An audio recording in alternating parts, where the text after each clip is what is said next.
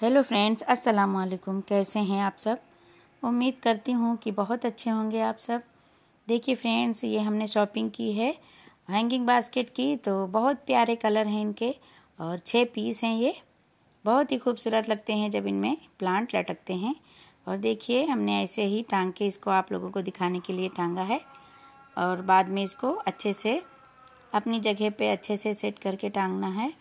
तो बहुत ही अच्छी लगती है जब ये लटकते हुए प्लांट इनमें होते हैं हैंगिंग प्लांटर्स में।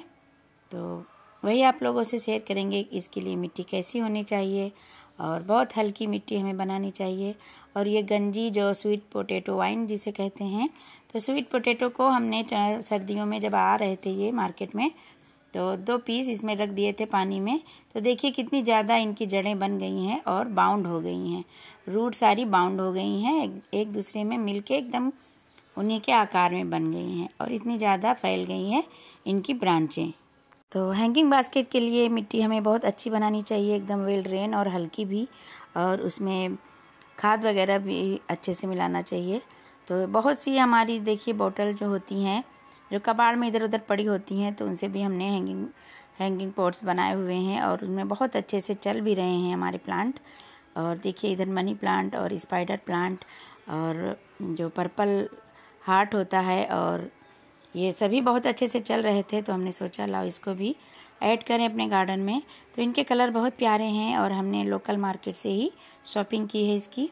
तो 50 रुपये का एक पड़ा है, तो 300 के हमने 6 लिए हैं। तो बहुत अच्छे अच्छे कलर लिए हैं। तो इनके लिए अब मिट्टी बनाते हैं।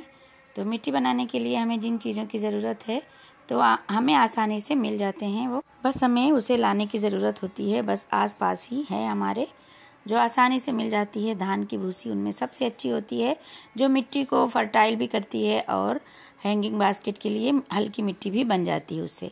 तो पहले हमें होल कर लेना है। तो गैस पे हमने पेचकस को, छोटे पेचकस को ऐसे गर्म करके और बस होल कर लिए हैं। 4-5 होल करने हैं क्योंकि पानी रुके ना। पानी जब रुकेगा तो प्लांट हमारा ख़राब हो जाएगा। तो ड्रेनेज होल का होना बहुत ज़्यादा ज़रूरी है। तो सभी जितने भी हैंगिंग बास्केट थे उनमें हमने अच्छे से होल कर लिए हैं और बहुत आसानी से होल हो जाते हैं। और देखिए फिर मिट्टी हमने ली है, तो उसमें हमने धान की भूसी सबसे ज़्यादा ली है।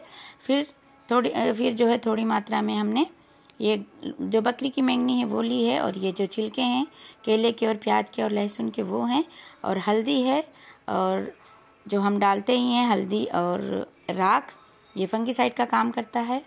और धान की भूसी बहुत अच्छा हल्का बनाती है मिट्टी को और फर्टाइल भी करती है। और मिट्टी हमने बहुत कम ही ली है, ये गार्डन की मिट्टी है जिसमें बालू की मात्रा ऑलरेडी पहले से ही बहुत ज़्यादा होती है हमारी मिट्टी में।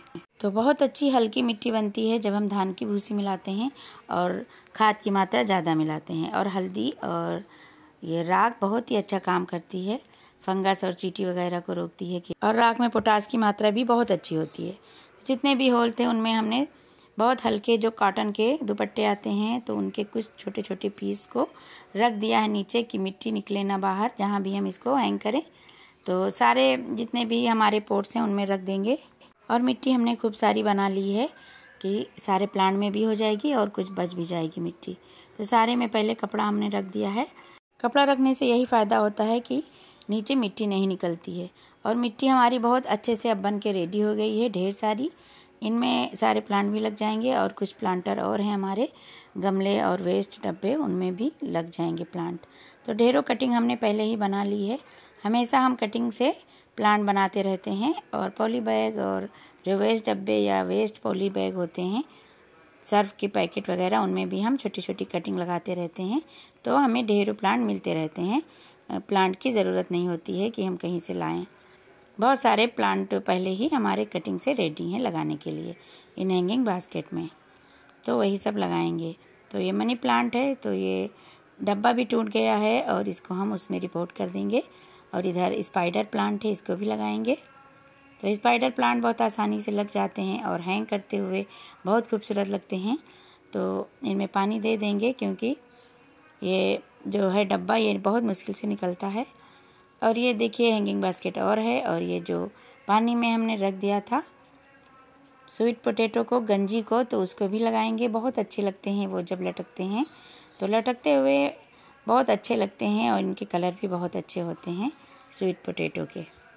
तो आप लोग भी कहीं से भी कटिंग ला के लगा सकते हैं। तो जब ये लगाते हैं तो बहुत खूबसूरत लगते हैं, गार्डन में खूबसूरती ऐड करते हैं। और ये जो चाइनीज़ वॉयलेट है और ये पॉट लिली, तो इसको भी लगा देंगे तो ये बहुत खूबसूरत लगते हैं। तो जैसे जैसे कलर हैं उसी के हिसाब से हम प्लांट लगाएंगे। तो कपड़ा बिछाने के बाद किसी किसी में हमने थोड़ा से नीचे राइस हस्क जो धान की भूसी होती है वो भी रख दिया है कि हल्का हो जाए प्लांटर हमारा। अगर हम मिट्टी हल्की नहीं बनाएंगे तो हमारे जो प्लांटर हैं हैंगिंग प्लांटर, तो वो गिर के टूट भी सकते हैं, और हल्के होते हैं तो टूटने का खतरा नहीं होता है। और देखिए जिसमें ये लगे हुए थे काफ़ी दिनों से लगे हुए थे, तो इनकी रूट बहुत ज़्यादा बाउंड हो गई है, और जिसमें लगा था वो भी टूट गया है। तो इसकी रूट हम बहुत ज़्यादा है तो काट देंगे, थोड़ा कम कर देंगे, क्योंकि ये प्लांट ज़्यादा शौक में नहीं जाता है और आसानी से लगने वाला होता है। ये चाइनीज़ वॉयलेट है और बोट लिली है, ये बहुत आसानी से लग जाता है। तो इसको इस वाइट वाले हैंगिंग प्लांटर में लगाएंगे। तो प्लांट लगाना मुझे बहुत ज़्यादा पसंद है, तो इसीलिए हम हमेशा कटिंग लगाते ही रहते हैं कुछ ना कुछ, और कटिंग चल भी जाती है माशाल्लाह, तो बहुत खुशी होती है। तो जो मिट्टी ज़्यादा लग रही थी तो उसको निकाल दिया है, क्योंकि ऊपर तक बहुत ज़्यादा अगर भर जाएगी मिट्टी तो पानी डालने में दिक्कत होगी, और गर्मी का सीज़न भी है, पानी हमें अच्छे से डालना होता है नहला के। तो इसमें हम स्पाइडर प्लांट लगाएंगे। स्पाइडर प्लांट के ढेरों पप निकलते रहते हैं जो स्टिक में, उन्हीं से हमने सेपरेट करके इस डब्बे में लगा दिया था। वेस्ट डब्बा था और बहुत छोटा सा, और इधर पॉलीथीन में भी लगा दिया था। तो इसके पप निकलते रहते हैं छोटे छोटे बेबी प्लांट, तो उसी से इनको हम ढेरों बनाते रहते हैं। देखिए नीचे कितना ज़्यादा इसमें रूट बाउंड हो गया है, पॉली बैग में लगाया था और बालू की मात्रा ज़्यादा थी। तो जब ज़्यादा लग रही है अगर, तो उसको हटा दें मिट्टी को, और चारों तरफ से मिट्टी भर दें जो बनाई है हमने हल्की वाली। तो हमेशा हैंगिंग बास्केट में हल्की ही मिट्टी बनाएं, और खाद की मात्रा और बालू की मात्रा और ये जो धान की भूसी है तो ये बराबर रखें तब भी अच्छा है। अगर धान की भूसी हम ज़्यादा मिलाएंगे तो इससे हमारी मिट्टी बहुत हल्की रहेगी, बहुत अच्छा रहेगा। अगर कोकोपीट मिलाते हैं तो वो भी मिला सकते हैं, लेकिन हमें तो यही आसानी से मिल भी जाता है और बहुत अच्छा होता है, मिट्टी को फर्टाइल भी करता है। इससे प्लांट हमारे बहुत हेल्दी चलते रहते हैं। तो ऐसे हम सारे ही प्लांटर में भर देंगे मिट्टी, और सारे प्लांट में बहुत अच्छे अच्छे जो हमारी कटिंग रेडी हुई हैं तो उनको लगा देंगे, और कुछ दिन के लिए इनको शेडी एरिया में हैंग करना है। उसके बाद आप कहीं भी कर सकते हैं। और ये जो मनी प्लांट है तो इसकी रूट बाउंड हो गई है, बहुत ज़्यादा टाइट हो गया है। ये वेस्ट मटेरियल में हमने लगाया हुआ था, तो इसको तोड़ना पड़ेगा। और मिट्टी भी बहुत सख्त है, क्योंकि बहुत सारे इसमें ब्रांचें निकल आई थी, तो हमने उसको तोड़ के निकाल लिया है और फिर से अच्छे से रख के और मिट्टी डाल रहे हैं। बहुत अच्छे लगते हैं ये लटकते हुए हैंगिंग बास्केट। और बारिशों में तो बहुत ही ज़्यादा इनमें ग्रीनरी आ जाती है, मनी प्लांट वगैरह में और स्पाइडर प्लांट में, तो बहुत खूबसूरत लगते हैं। तो जितने भी वेस्ट डब्बे में छोटे छोटे में लगे थे, रूट बाउंड हो रहे थे, तो उनको सभी को हमने अच्छे से निकाल के और इसी में लगा दिया है जो हैंगिंग प्लांटर हमने बनाए हैं। तो बहुत अच्छा लगने वाला है आगे चल के फिर। और जो बिगनर्स हैं तो वो भी लगा सकते हैं ये स्पाइडर प्लांट और मनी प्लांट। इनकी ढेरों कटिंग अब बारिशों में लगा दें, और जितने भी हैंगिंग प्लांटर बनाना चाहते हैं तो बना सकते हैं। बस मिट्टी उनके लिए बहुत हल्की होनी चाहिए और वेल ड्रेन। और जो ये हमने स्वीट पोटैटो रखा हुआ था पानी में, तो इनकी जड़ बहुत ज़्यादा एक दूसरे में मिली हुई है, रूट बाउंड हो गया है बिल्कुल। तो इनको नहीं निकालेंगे और दोनों को एक साथ ही ऐसे ही लगा देंगे, और कुछ दिन के बाद ये हरे भरे हो जाएंगे। और अगर इनकी कटिंग हम कहीं भी बड़े पॉट में लगा देंगे कट करके, तो इनसे बहुत सारी ढेर सारी गंजी भी हमें मिलेगी हार्वेस्टिंग के लिए। तो ये बहुत अच्छा होता है, जब हमें गंजी मिले तो मार्केट से ला के फिर हम इसे लगा सकते हैं पानी में, और उसके बाद मिट्टी में लगा दें, और उसकी ढेरों कटिंग से हम गंजी भी हार्वेस्ट कर सकते हैं ढेरों कटिंग लगा के। तो अभी इस टाइम गंजी की कटिंग लगा के हम गंजी की हार्वेस्टिंग के लिए रेडी कर सकते हैं।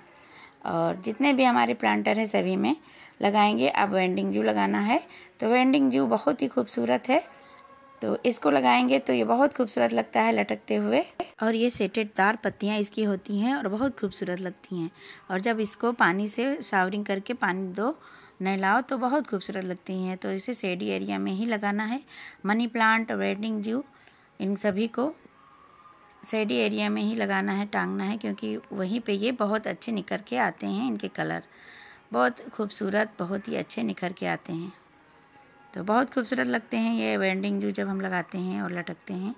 और ऐसे ही स्पाइडर प्लांट, और ऐसे ही देख लीजिए मनी प्लांट और स्पाइडर प्लांट, तो इन सबको शेडी एरिया में ही लगाना है। और अभी तो हमने तुरंत इसको रिपोर्ट किया है, तो और भी ज़रूरी है शेडी एरिया में। और पानी को अच्छे से दे दिया है। और स्वीट पोटैटो वाइन को भी शेडी एरिया में ही रखें, क्योंकि और बोट लिली और ये इन सब को शेडी एरिया में ही रखना है, क्योंकि तभी बहुत ही खूबसूरती से ये चलते हैं। अगर हम इनको धूप में टांग देंगे सारे दिन की तो ये झुलस जाएंगे। तो देखिए बहुत खूबसूरत लग रहे हैं। और बहुत सारा काम हमने आज किया है, इनको रिपोर्ट किया है। और काफ़ी दिन से ये रखे हुए थे और बहुत ज़्यादा काम थे। रमज़ान शरीफ चल रहा था तो टाइम नहीं मिल पा रहा था, तो अब हमें टाइम मिला है तो इसको हमने रिपोर्ट किया है। तो आज बहुत बड़ा हमारा काम हो गया है इसको लगाने का, क्योंकि बहुत सारी कटिंग रेडी थी लगाने के लिए, कुछ रूट बाउंड भी हो रही थी। तो इनके कलर बहुत अच्छे अच्छे हैं और जैसे बारिश आएगी तो ये और खूबसूरत लगेंगे, बहुत अच्छे लगेंगे।